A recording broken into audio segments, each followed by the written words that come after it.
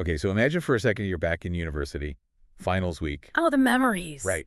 The library's been your home for like 10 days. You smell like stale coffee and anxiety, and you've just taken the hardest exam of the year. Mm-hmm. You hand it in, wait a few agonizing days, and then the results get posted. You scan the list, find your ID, and there it is, 97%. I mean, that's the dream scenario, right? In almost any context, medicine, engineering, and definitely in an undergrad classroom. 97% is a solid A+. You're popping the champagne. Oh, yeah.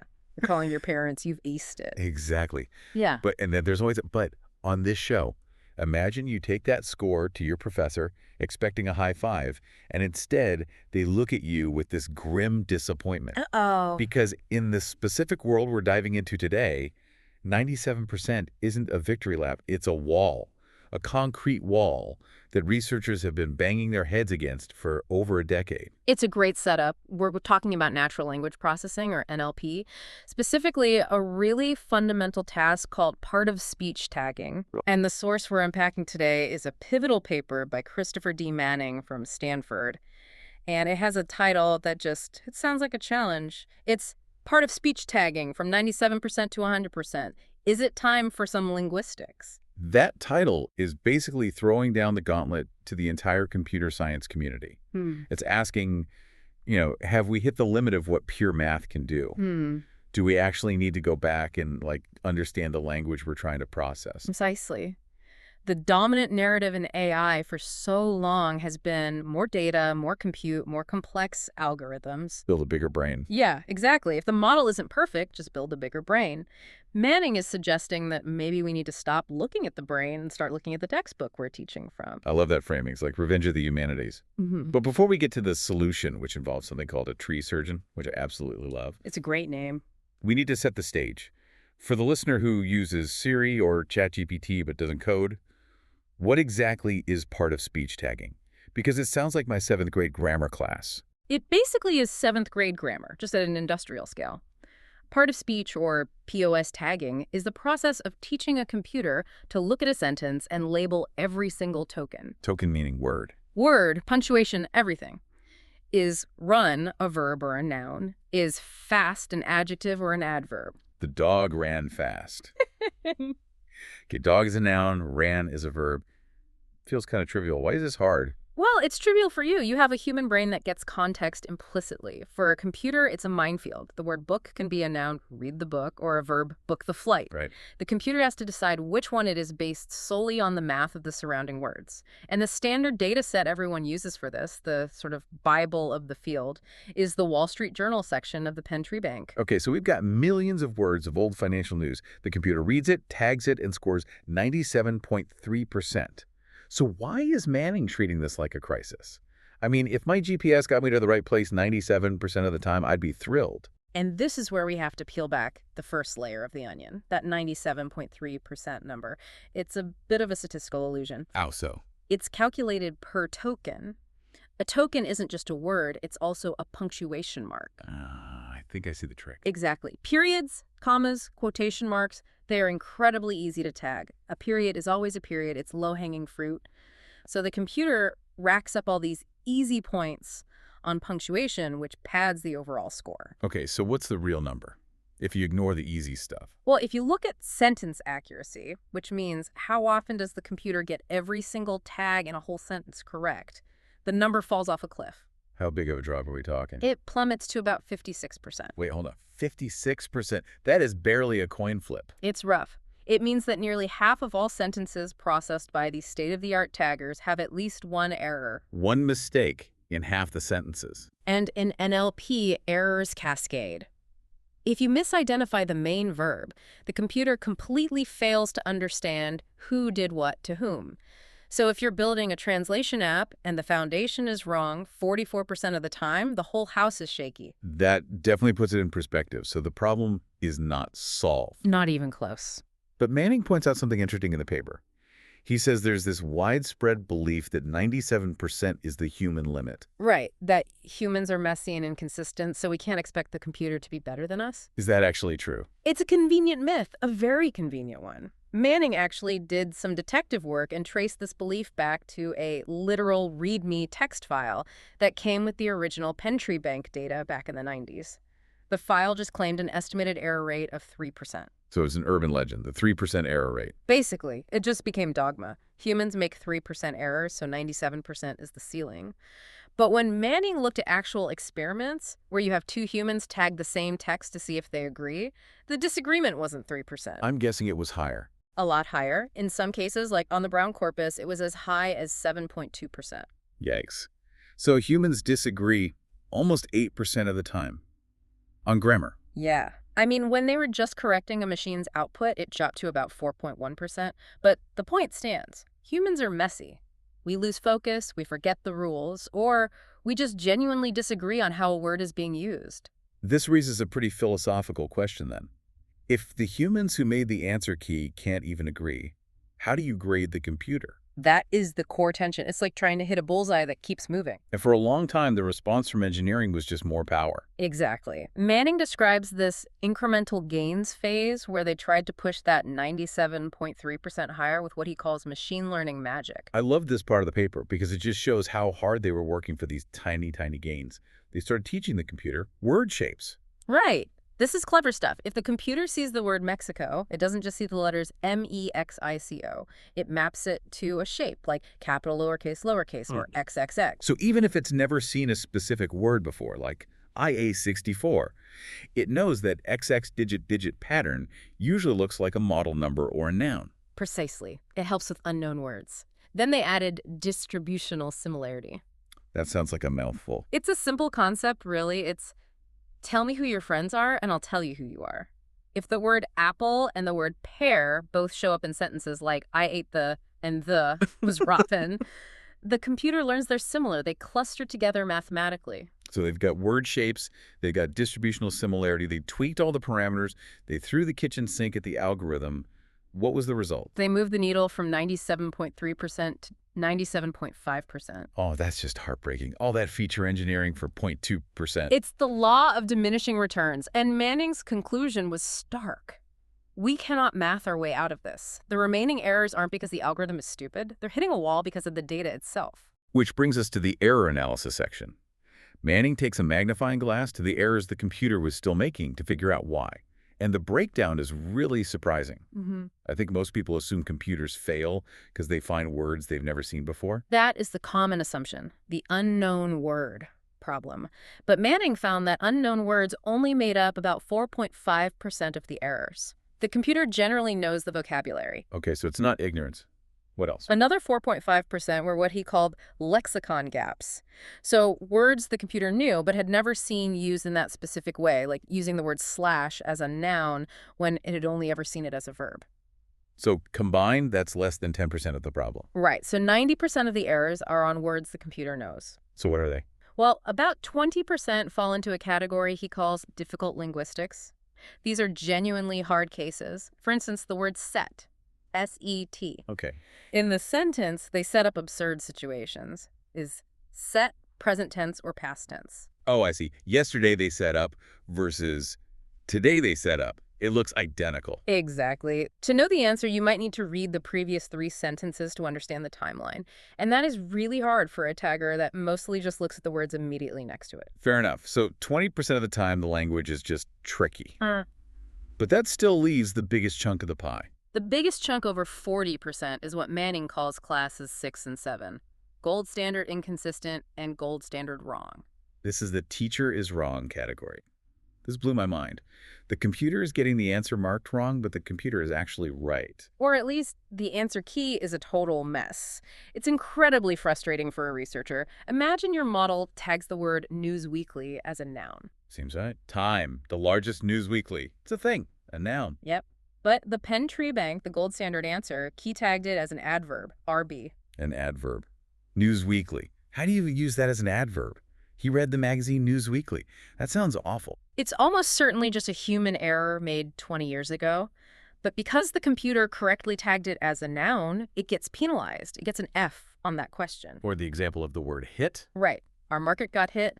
The computer tagged hit as a past participle, a VDN. Which is grammatically correct. It's a passive construction. Totally correct. But the human annotator tagged it as a base verb, VB.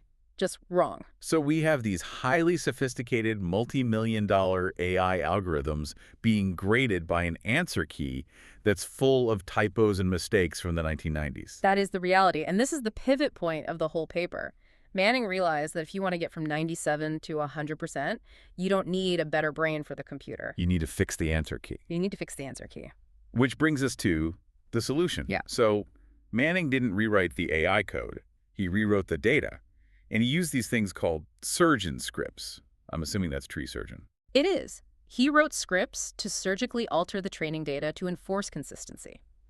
And he wasn't just fixing typos. He was applying strict linguistic rules to standardize everything so the computer wouldn't get mixed signals. Let's get into the nitty-gritty here, because this is where the rubber meets the road. Yeah. We talked about past tense versus participle. Right. The VBD versus VBN problem. Computers are notoriously bad at telling I walked from I have walked, because walked looks the same. So what was the rule? It's a simple one. If the verb is next to a form of have, be, or get, like got hit or was attacked, it's a participle. Tag it VBN every time. Force the data to be consistent. Simple, logical. But then there's the United States principle. This one's a great example of where linguistics gets messy. Is United States singular or plural? This is a classic conflict between morphology and syntax. Break that down for us. Morphology is about word forms. States ends in is. So morphologically, it's plural. But syntax is about how words function in a sentence. We say, the United States is a global power, not the United States are. Syntactically, it acts singular. So what did the original annotators do? Did they tag it plural or singular? They couldn't decide. Sometimes one, sometimes the other. It was chaos. So Manning decided to follow the wisdom of crowds. Since the annotators usually picked singular proper noun, NNP, he wrote a script to force all instances to be tagged that way. So he just made a choice. He made a choice. In this case, consistency is way more valuable than morphological purity. If you tell a computer sometimes it's this, sometimes it's that, it learns nothing. If you say it is always this, it learns a rule. Then there's my favorite example, Kmart. Ah, yes, the retail giant. This exposes another inconsistency.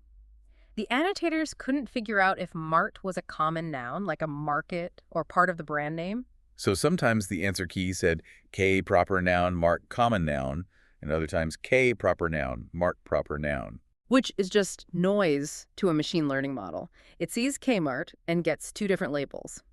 Manning's rule was simple. It's a name. It's Kmart. Tag both parts as a proper noun. Done. It sounds so obvious, but these things were hiding in the data for decades.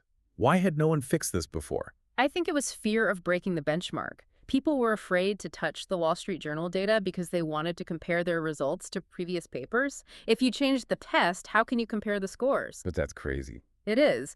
Manning argued that keeping known errors for the sake of tradition is anti-scientific. You're just measuring how well you can mimic mistakes, not how well you understand English. If the ruler's broken, get a new ruler. But getting a new ruler isn't always easy. And this leads us to the deepest part of this deep dive, the section called Foundational Issues. This is where we leave typos behind and enter linguistic philosophy. This is the really fun stuff. This is where we realize that the neat little boxes we learned in school, noun, verb, adjective, might not actually fit reality. You're talking about the case of worth, W-O-R-T-H. Exactly. The book is worth $10. It's a simple sentence. But I'll ask you, what part of speech is worth? My gut says adjective. The book is red. The book is where it's describing the book. That's a good guess, but look at what follows it. $10. That's a noun phrase. Adjectives don't usually take noun phrases right after them. You don't say, the book is read $10. Good point. That sounds wrong. But prepositions take noun phrases. The book is on the table. The book is worth $10. So functionally, it behaves like a preposition. Okay, so it's a preposition. Case closed. Not so fast. You can put qualifiers like very or well in front of adjectives. The book is very heavy. And you can say, the book is well worth the money. But you can't say the book is very on the table. Prepositions don't take qualifiers like that. So it looks like an adjective, but acts like a preposition. What did the Penn Tree Bank say? It was a complete disaster. Manning found that the tree bank tagged worth as a preposition 10 times, an adjective 65 times, and a noun 39 times. For the same word, in basically identical sentences. Often in identical structures. The annotators were clearly confused. They were just guessing. So is there a right answer? Or is worth just a linguistic platypus? It kind of is a platypus. The paper brings up this fascinating theory about transitive adjectives. Transitive adjectives. Never heard of that. It's a rare category. The theory is that worth, along with words like near and like, belongs to a special class of words that are historically adjectives, but have evolved to take objects like prepositions. They're missing link words. That is fascinating. So the word itself is like in transition. Exactly. Language isn't static, it evolves. Worth used to be a pure adjective. Over centuries, it's drifted toward being a preposition. Right now, it's caught in the middle. But the computer demands a binary choice. It says, select one, adjective or preposition. And that is the fundamental flaw in what we're trying to do. We're forcing language, which is squishy and fluid and analog, into these hard, discrete digital boxes. We say, you must be a noun or are a verb. But worth is saying, well, I'm a little bit of both. It's like trying to sort a rainbow into just red, blue, and yellow buckets. Yeah. Eventually you get to green or purple, and you just have to guess. Precisely. And Manning's point is that for engineering, for building a tagger, we don't need the philosophical truth because the truth is fuzzy. We just need a convention. Pick a bucket and stick to it. Pick a bucket and stick to it. So he standardized worth as an adjective, not because it's 100% correct, but because consistency is what matters. If you decide worth is an adjective, make it an adjective every single time. Then the computer can learn the pattern. So after all this, the surgeon scripts, the Kmart fixes, standardizing worth, what happened? Did the score go up? It did. And this is the key takeaway. By fixing the data, by making the training data and the test data consistent, the tagger's accuracy on the test set improves significantly. And remember, he didn't change the software. He didn't invent a new neural network. Nope, he just cleaned the room before he started working. That seems like such a vital lesson, not just for NLP researchers, but for anyone working with data. We get so obsessed with the model, the algorithm, the GPU power, but if you're feeding it garbage, you're going to get garbage out. It shifts the focus back to descriptive linguistics. We have to actually define what the truth is before we can teach it to a computer. We've spent a decade perfecting the student, the AI, but we ignored the fact that the textbook was poorly written. So does this mean we can actually get to 100%? Well, this is where Manning ends with a bit of a reality check. He acknowledges that because language has these fuzzy borders, like worth, we might never hit true 100%. It's chasing a ghost. It's chasing a ghost because the map isn't the territory. The tag noun is just a label we made up. It's not a physical property of the universe. And language is a moving target. Exactly. As we saw with worth, words shift. If we freeze language in a data set from 1989, we're kind of fighting against the nature of language itself, but we can certainly do a lot better than 97% if we just agree on the rules first. So what does this all mean for us, for the listener who might not be building a tagger, but is just interested in AI? I think it means we should be skeptical of solved problems. When you see a statistic like 97% accuracy, you should ask, for measured how? On what data? And is the answer key even reliable? And it's a reminder that in this age of AI, domain expertise, actually knowing the subject matter, is still incredibly valuable. Absolutely. You can't just throw data at a server farm and expect truth to emerge. You need a linguist or a tree surgeon to look at the data and say, wait a minute, this doesn't make any sense. You can't replace the linguist with a larger graphics card. Not yet, anyway. Well, this has been a massive eye-opener. I will never look at 97% the same way again. And you'll probably think twice about the word worth from now on. Deal. That's it for this deep dive into the world of POS tagging and the limits of AI. A fascinating look at how sometimes, to go forward, you have to go back to the basics. Thanks for listening. We'll see you next time.